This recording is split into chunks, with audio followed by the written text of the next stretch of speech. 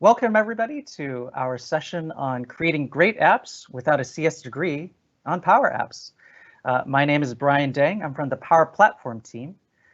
Today we will be joined by Tasha Scott, who's going to be showing us a little bit about a Research Buddy app. A friendly reminder to everybody in the chat that we will be following our Microsoft Code of Conduct. Please be friendly, ask some great questions. We have a dedicated Q&A section at the very end of this section. So please keep your questions coming, and I'll do my best to moderate. Let me share a little bit about Tasha before we go ahead and get started. Tasha is a community builder. She's built communities within Microsoft for the Pancake Lunch, a speaker community for speakers that you'll be seeing throughout Microsoft Ignite. If there's anybody that you should be learning from on topics like Power Apps, it would be Tasha, and she'll share a little bit more about her journey. So let me hand it off to Tasha. Tasha, why don't you go ahead? Awesome. Thank you so much, Brian. Hi, everybody. Welcome. I'm so glad you're here today. I don't know if you can tell, I'm really excited to be here today. And as Brian mentioned, we're going to learn a lot about Power Apps. And this session is Create Great Apps Without the CS Degree using Power Apps.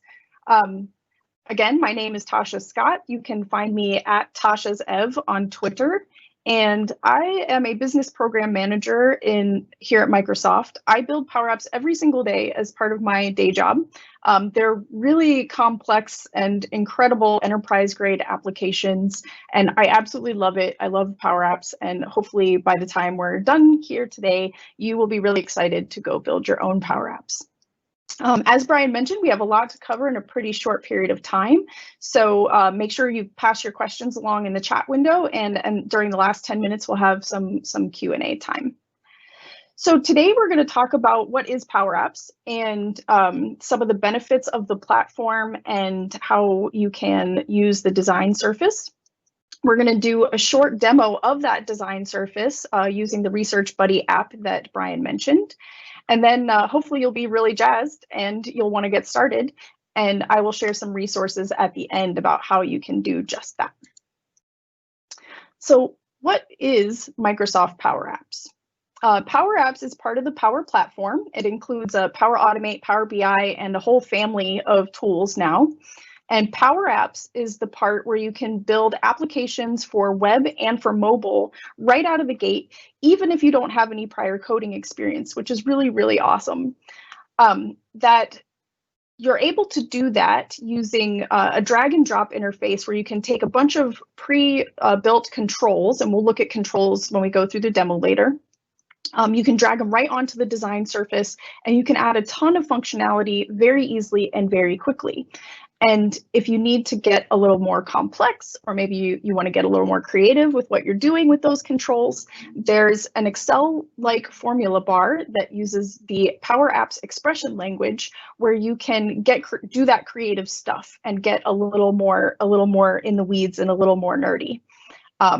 The formula bar also has some really great features that I love. It has an IntelliSense-like feature where, as you're typing, it basically guesses what it is that you're trying to do and offers suggestions on how you can best achieve that.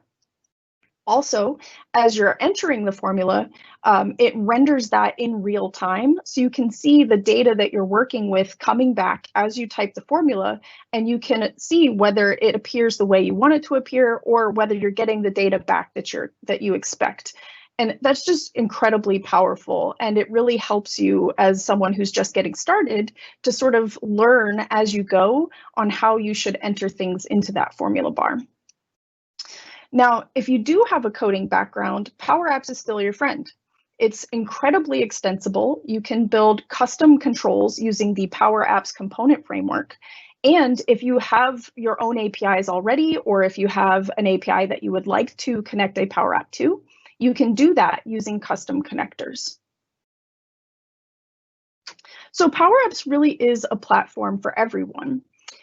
It solves very, very simple problems like the Research Buddy app that we will look at later, all the way to very complex problems And those are like the types of apps that I build every day for my job. And it's a tool that's available for people with zero coding experience, all the way to traditional developers who build apps, applications, or real code apps every day. There's a ton of templates that can help you get ramped up very quickly, things that are usually like problem solution based templates.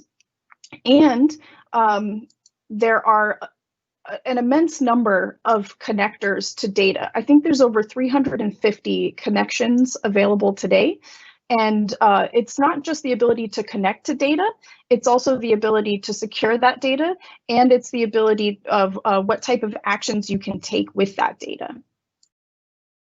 There's the drag and drop interface that I mentioned earlier, where you can take those controls and you can pull them onto the design surface very quickly, and you can move them around, and you can make the app look exactly how you want it to look, and you can see how it looks as you're building it. And there's the Excel-like formula bar that I mentioned, where you can type in your formula, and as you go, it gives you feedback on what you're adding. So let's talk about templates. Templates are exactly what you would expect them to be. It's a canned app that's available for you to start from. And there are a lot of pretty basic problem solution, very, very common business problems that you can get started from. And we all know that, you know, every business problem is special in its own way. And so you can take those templates and then you can add your own flavor onto it so that it does what you need it to do, but you don't have to start from scratch. Let's go have a look at that.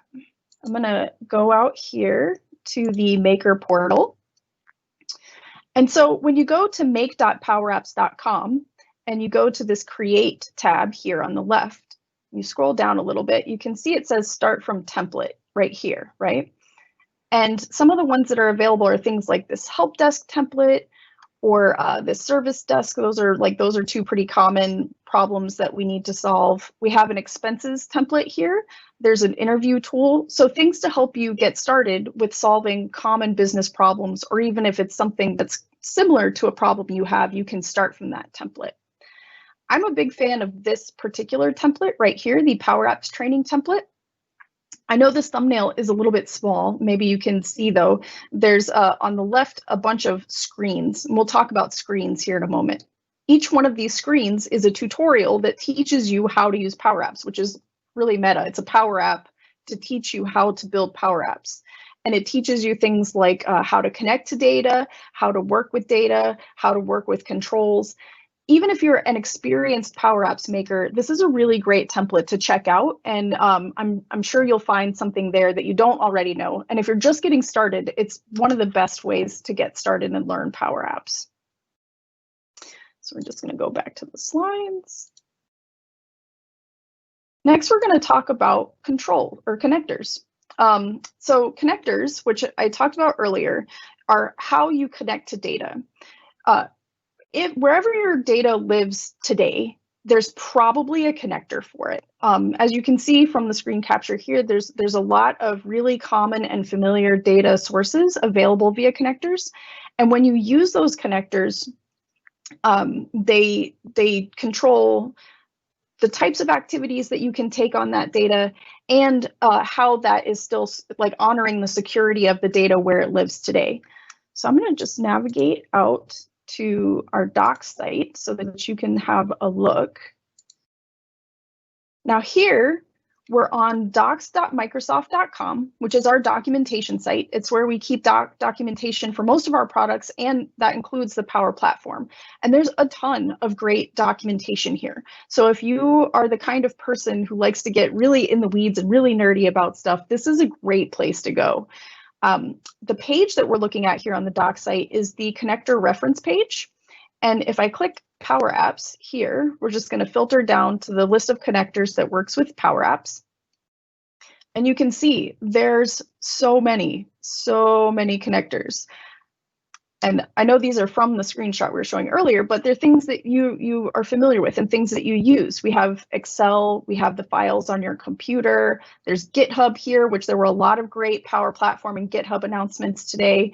Gmail, Google Sheets, and way further down here is the OneDrive for Business connector, and that's the one that we're going to really take a look at in the Research Buddy app.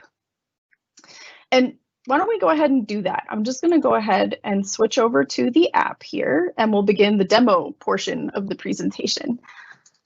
So what you're looking at is the Research Buddy app, and this is a really simple app. It's not going to win any beauty contest, but it's here to solve a very common and simple problem. We all have times in our lives where we have to collect a bunch of links to stuff, either if we're a student doing a research project, or maybe we're a new employee and like people are just sending all these onboarding links to us. And usually you take all of that stuff and you just copy and paste it somewhere. And then when you get there, you're like, what is this? There's no context. Why did I save this, right? And that's the problem that Research Buddy is here to solve.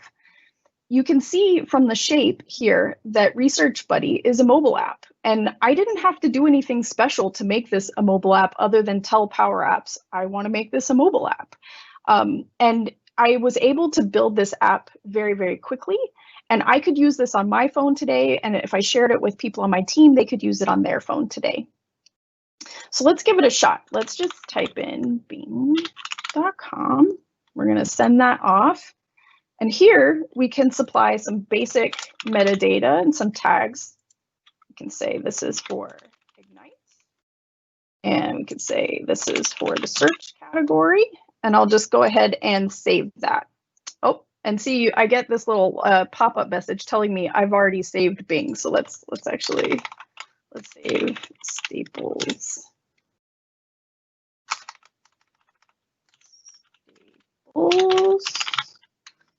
And we'll leave those things. Oh, actually, let's change this to tools or supplies. All right. Oh my goodness. All right. It wouldn't be a demo if there weren't demo demons. We'll just change this to test.com. There we go. I should have made it ignite.com. Ah, fail. Okay, so we saved that. And if we go here and we look at our list of links, you can see, put that by date. You can see this is the one that we just entered, right? And usually when you're looking at things that you've saved, you want to see the most recent thing at the top, and you can see that here at the top, right? But I do have the opportunity here to switch it to be in alphabetical order instead. If I have an idea, like I remember I saved a link to Bing, where is it? I don't want to have to look through all these links. Or maybe I am ready to actually see everything that I've saved for this project, and we can just go to Ignite and say back to research, and we can see the link that we just saved. That's pretty awesome, right? That's a lot of functionality in a little app that took very, very little time to put together, and it would be something that would be useful right out of the gate to the folks using it. So let's take a look and see how I built that. What you're looking at here is called the Maker Studio, and you can see these are the screens that comprise the app. Right? So if I click on home screen, this is where we start. We were just on the link details screen, and then this is where we can see everything. If I click on these individual items here, these are the controls in the Power App, and you can tell by the icon that what type of control it is. And as I click through these, you can see they get highlighted here in the design surface. But if I want, I can also just click the thing on the design surface directly, and you can see it gets highlighted here, and it gets highlighted over in this tree view, and it brings up the property panel for that particular control. And so we can change and view the properties for this control right here. So like this tells us that this is an icon and which icon it is. We have the rotation of the icon here if I wanted to like sort of make it tilted the way this arrow is. And then let's take a look at this color property. I'm going to expand this down a little bit so you can see it. So what do we have going on here? Like this looks pretty complicated, right? Well, I don't know if you've noticed, but some of these icons are blue and some of these icons are red. If I look and I highlight this here, you can see like this is how it tells you that the blue color, or the blue color, and then we have the red color here as well. Maybe it's giving me a little bit of a hard time, but here is where the magic happens though. Basically, if any of these conditions are true, make the icon red, otherwise make it this blue color. And this double pipe notation here really just means or. So if I wanted to change it to or, I could do that really quickly. And that way it's a little bit more readable for the next person. Like I know what the double pipe means, but maybe the next person who's working on the app doesn't know, so it makes it a little easier. And maybe I don't like that this is red. Maybe I want to change it to something else like yellow. And right away, you can see a lot of stuff just happened, right? So it's upset, and it's upset particularly here because it doesn't understand what that means. So if I hover over it, you can see like this name isn't valid. It tells me exactly what's wrong, right? And it tells me at what point in the formula I am, and it gives me some suggestions. So if I click yellow here, or we're in Seattle, right? So let's pick yellow green. Now it looks like Seahawks colors for all the Seahawks fans out there. So you can see right away, it tells me here's what the color looks like. You know, it tells me, you know, where I am in the formula. This is a lot going on in just this one formula bar. And that's one of the things I really love the most about Power Apps. And if we decide, you know what, the green really just isn't cutting it for me, we have our very friendly hero, the undo button. We can always put it exactly back the way that it was. Now, I mentioned that this data is coming from OneDrive for Business. So let's take a look at that. If I click the data panel here, you can see we have our connector to OneDrive for Business. So how do you find connectors? If I go into this search and I just say OneDrive, you can see that connector comes up right away, right? And I can click on it. I can add my connection. And then I can see the Excel workbooks I have in my OneDrive. And then if I select that Excel workbook, I can see the table that I'm connected to. Now I'm already connected to this, so I don't have to actually check this box. I'm just going to actually close out of that. But that's how this data appears here. But how are we actually working with that data? Let's go have a look. I'm going to put the app back in play mode for just a moment. And I'm going to click on the icon here. And let's put it in edit mode just so you can see. So this save button here, let's take a look at what it's doing. I'm going to extend that down so you can see. So remember that notification we saw earlier?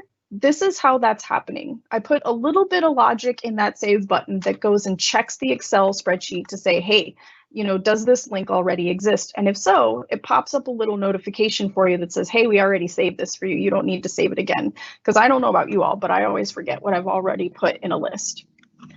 But this line right here, this very simple line, is where all of the magic happens. This is it. This is the only line you need to be able to work with that Excel workbook that we connected to.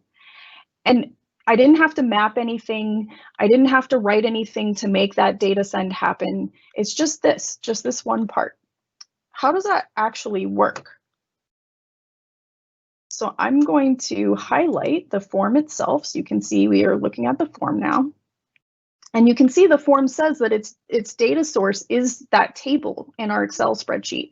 And if I click on edit fields here, you can see all of the columns that are available in that Excel table. And I didn't have to do any of this. Just by adding that Excel workbook to the app, it's smart enough, the connector is smart enough to pick out those columns and create them as fields for me and include them here in the form. That's a ton of functionality for very, very little work, quite frankly. And it's one of the things that I really love about Power Apps is that you don't have to spend time fighting with the simple parts. You get to really focus on the fun and creative parts while you're building your app. So that's pretty much it. That's a whirlwind tour of Power Apps. We barely scratched the surface. This is a very simple app, and you can get really, really fun and complex with your apps. But I hope that you have seen enough to get you really excited about building your own apps. And so why don't I go ahead and share some resources so you can do just that. First things first, you're going to want to go and get a Power Apps plan. So you can do that either here, starting a community plan, or if you're a student, you can join the Student Ambassador program here. Once you've got your access straight, make sure you go to the Microsoft Learn site and check out the Power Apps learning path here. And there are a ton of videos and tutorials available to you on the Power Apps video and webinar gallery here. Once you have gotten a little bit under your belt and you're ready to get a little deeper, make sure that you go and start using those templates that I mentioned earlier. This blog post will help walk you through using a template and how you can put those to work for you. And then this is probably one of my favorite things. This is the Power Apps Community App Sample Gallery. The Power Apps community is really fun, and people build all kinds of apps and put them in this app sample gallery. And it's stuff like branding templates, so you can learn how to do really cool things like drop shadows and stuff in your Power Apps. And there's video games. People actually build video games using Power Apps. So there's a ton of really fun app samples there. Please go check it out. That's one of the most fun things that you can get started with when you're learning Power Apps. And it wouldn't be me, as Brian mentioned, if I didn't point you to your community. I believe in my heart that through tech communities, you can learn anything. And that's absolutely true for Power Apps and the Power Platform. So go join a Power Apps user group. This is the Power Apps user group home, so make sure you go here. A lot of the Power Apps user groups are virtual now, so find one you like and join it. And if you're on Twitter, which I hope you are, make sure that you check out the Power Addicts hashtag and the Power Platform hashtag. Both of those hashtags will help you to find the Power Apps community on Twitter, which is a really vibrant and welcoming community. I know that they would be excited about you saying hi there, and maybe I will see you there. So that's the end of my presentation, and I think we're ready to jump into Q&A. All right, awesome, Tasha. Thank you so much for walking us through a scenario that somebody can take today and run with it. Let me call out some comments here. Okay, all right. We started with a fun one. Oh no.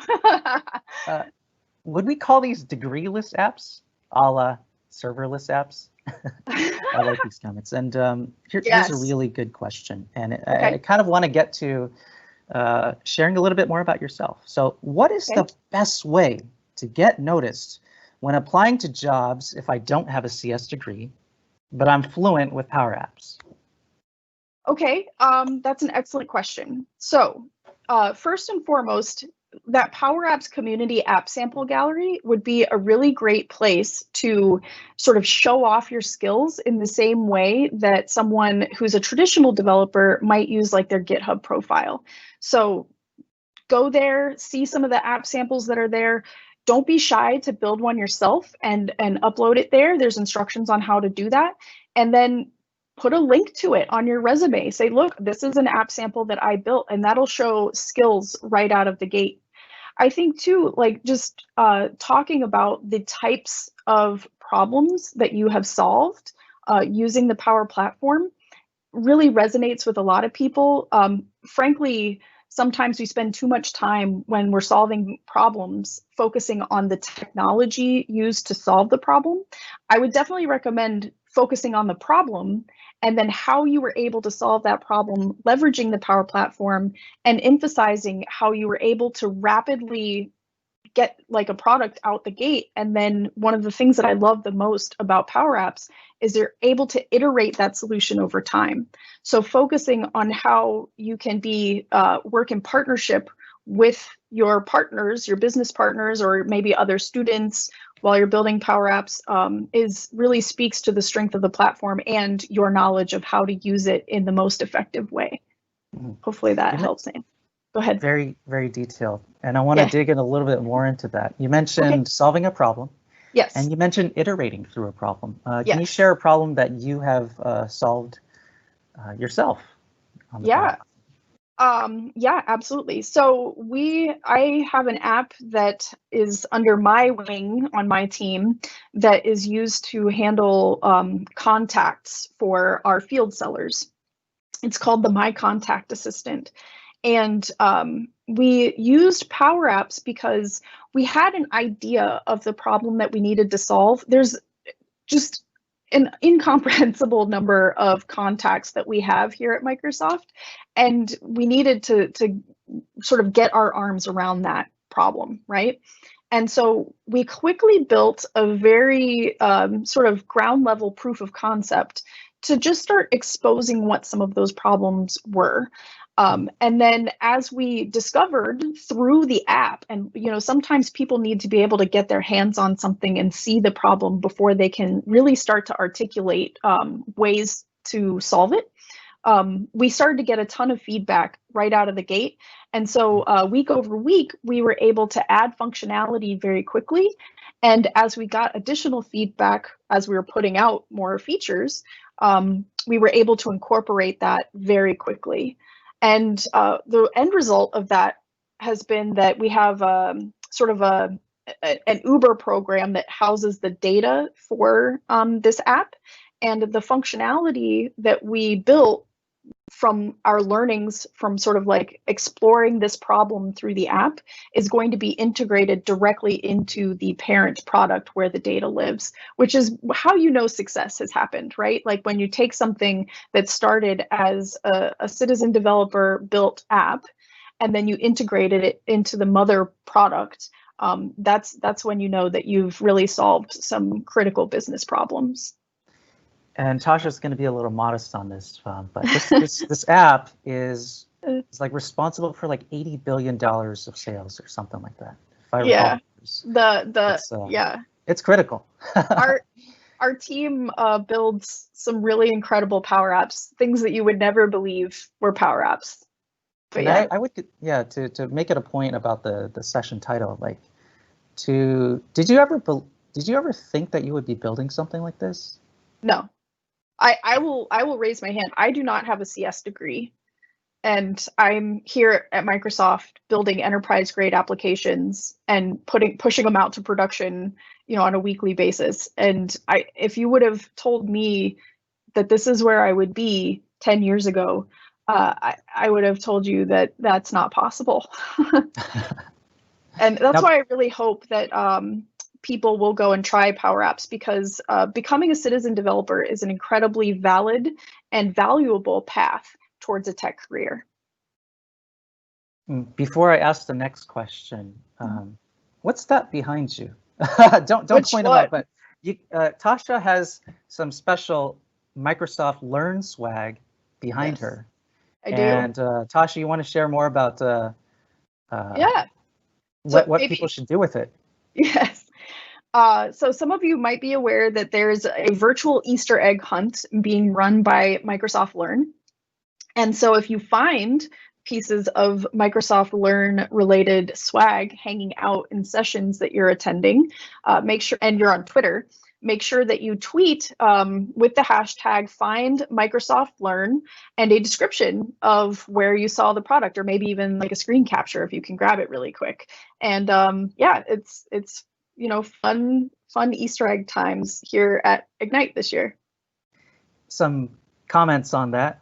The bowl in the background is on point. Yes. Geek Trainer. Not really a question. I just love that book rack in the background.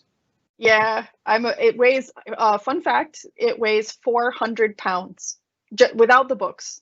Just the bookcase. It's solid steel, weighs 400 pounds.